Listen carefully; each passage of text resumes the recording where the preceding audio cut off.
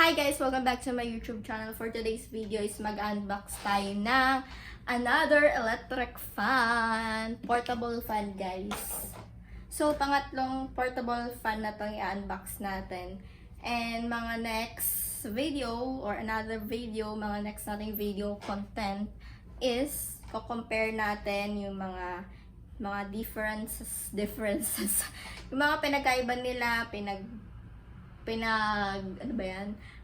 Magkapareho, kung anong pagkapareho nila, kung anong pinagkaiba nila, and then yung mga inclusions nila, ganon. Ayun, susunod na video na yun. So, eto, tsaka i-compare ko rin yung 5 fan ko. Since eto, last unboxing ng electric fan ko. So, last unboxing is Jisoo Life Ultra 1.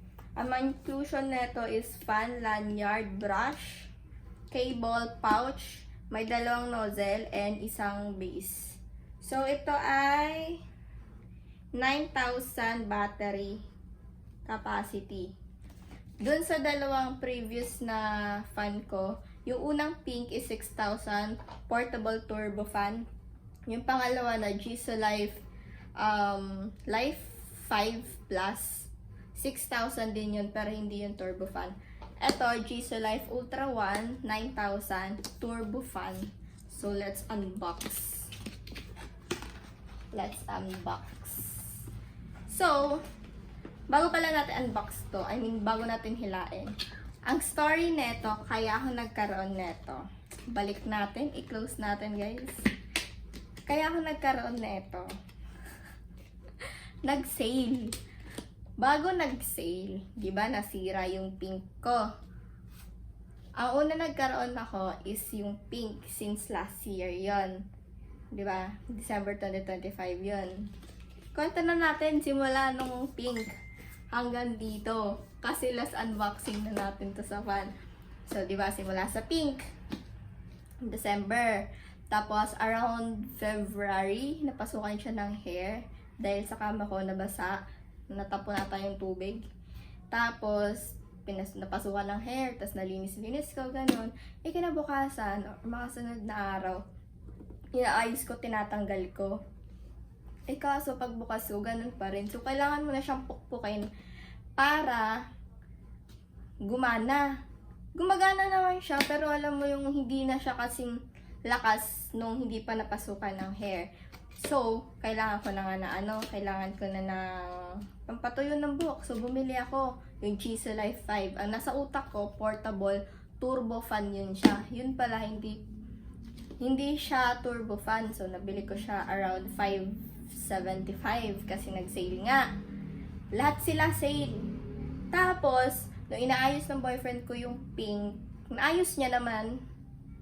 Ang kaso nga, ayun nga, same nga rin. May natanggal naman siyang konting hair ata. Yung mga isa-isa na lang. Kasi nung ako nagtanggal, sobrang dami. So, nung isa-isa na lang, na okay naman siya, nabawasan. Pero hindi ko alam kung meron pa yun sa loob-loob. Kasi, mga bandang bungad lang yung natanggal namin. So, kailangan pa rin siyang pukpukin. Nagana naman siya, pero kailangan niya pukpukin. Pero nung ako nag-ayos, parang limitado yung paggana niya. Tapos, sabi ng boyfriend ko, bilan na lang kita. Tapos, nung sabi niya, magkano ba to? Tinatanong niya yung Gojo Doc. Sabi ko, around 500 to 600. So, bibilan niya daw ako. Parang, hindi naman sa naiinip. Parang, kailangan ko na nga kasi. Tapos, sabi niya, ba't di na lang kasi muna yung electric fan, ganyan. So, ako, bumili nga ng Jisoo Life. Pero ko naman yun, so okay lang. Tapos, nung bumili na, nakita namin tong sale. Ang original price neto is 3,998, almost 4,000. Pero nag-sale to ng 1,554. Tapos, yung Gojo Doc na yun, which is yun dapat yung bibili namin, is hindi sale na 500. Sale siya na 700 plus. So, almost 1,000 din. Tapos 500 na lang madadagdag. Makakaganto na. Kasi halos sale sila nun eh. Sale to ng 1,500. Tapos yun, sale na 700 plus. Magkano na lang dadagdag mo, girl? Makukuha mo na to. Tapos 9,000 pa to. Tapos yung pink na Gojo Doc is ano lang, 6,000. Tapos maganda pa tong brand na to kaysa dun kay Gojo Doc. Affordable si Gojo Doc, pero kung titignan mo yung lakas, mas malakas to si Gojo Doc. Affordable, malakas naman, pero mas malakas to. So, ayun lang story nun, kaya nabili to. So, open na natin. Tuloy na natin yung open natin. Ayan siya. Pag-open mo, ganito. May nakalagay, the world's #1 portable fan, GC Life. Ganyan. GC Life ulit. Ito, mismo, yung fan. Open muna natin lahat bago natin try. Ito yung fan. Ito yung accessories. Tapos, ito yung base na sinasabi ko kanina. Yung nozzle. Same to. Doon kay Gojo Doc. Ito. Same sila halos. Black pala napili ko sa mga GC Life fan ko. May isang GC Life pa ako, pero hindi ko na ma-unbox yun. Kasi wala ng box. So, nasa video ng compare my 5 fan. Yung Aura Share GC Life, Gojo Doc GC Life, tas etong GC Life ulit. So, yung isang Aura Share tsaka GC Life, green yun. Tas nag-pink, tas dalawang black. So, maliban dun sa mga ibang content ko na 5 na i-compare ko lahat ng fan ko, i-compare ko din eto, si GC Life, tsaka si Gojo Doc. So, let's proceed. Sa accessories nga, base, dalawang nozzle, and then sa accessories, buksan natin kung ano ang laman. First, pouch. May nakalagay din, JL. Lanyard. Mas maganda lanyard niya dito sa shawl. And brush.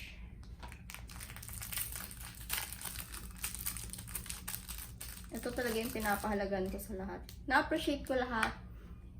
Nagbigay, nabili ko. Na-appreciate ko lahat yan. Ito yung brush. Pero pricey kasi ito, girl. Kaya, ano yun? Instructions. Cable na ito, natanggal ko na ata. Pero may cable to. So, next. Etong fan. Dalawa lang ano neto. Color. Yung isa light brown, eto black. O, di ba? Same siya kay Gojo Doc. Kaya gagawa tayo ng another video para i-compare si Gojo Doc and si GC Life. So, dito muna tayo mag-stick.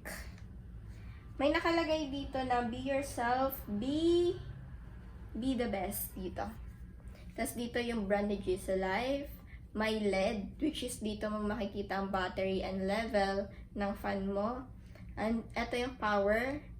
Ito, up, pampalakas, down, pampahina. Dito yung charger. Same sa mga previous ko na fan, dito din yung charger. Yung saksaka. Tapos ito, lights. Nagayan ng, ano ba tawag dito? Lanyard. So, buksan man natin. Power. Yan. 88. Ayun yung battery. So, pag tinaas mo, 13, 22, 23, 20. Ang pagtaas nito, pag nag-up ka, parang by 1, 30, 31, 32. Kay Gojo Doc kasi by 10. So, pag open mo, lalabas agad yung battery. Same kay Gojo Doc. Yun nga. Gagawa nga tayo ng comparison. Ayan. Ito yung lights. Yan. Mawawala yan. Oh.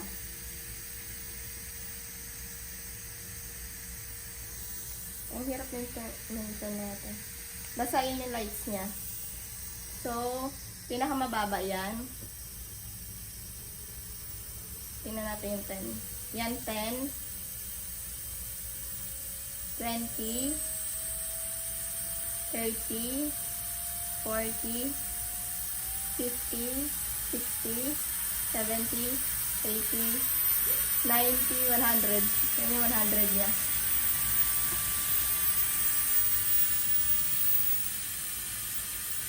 Yan, diba? Lakas niya.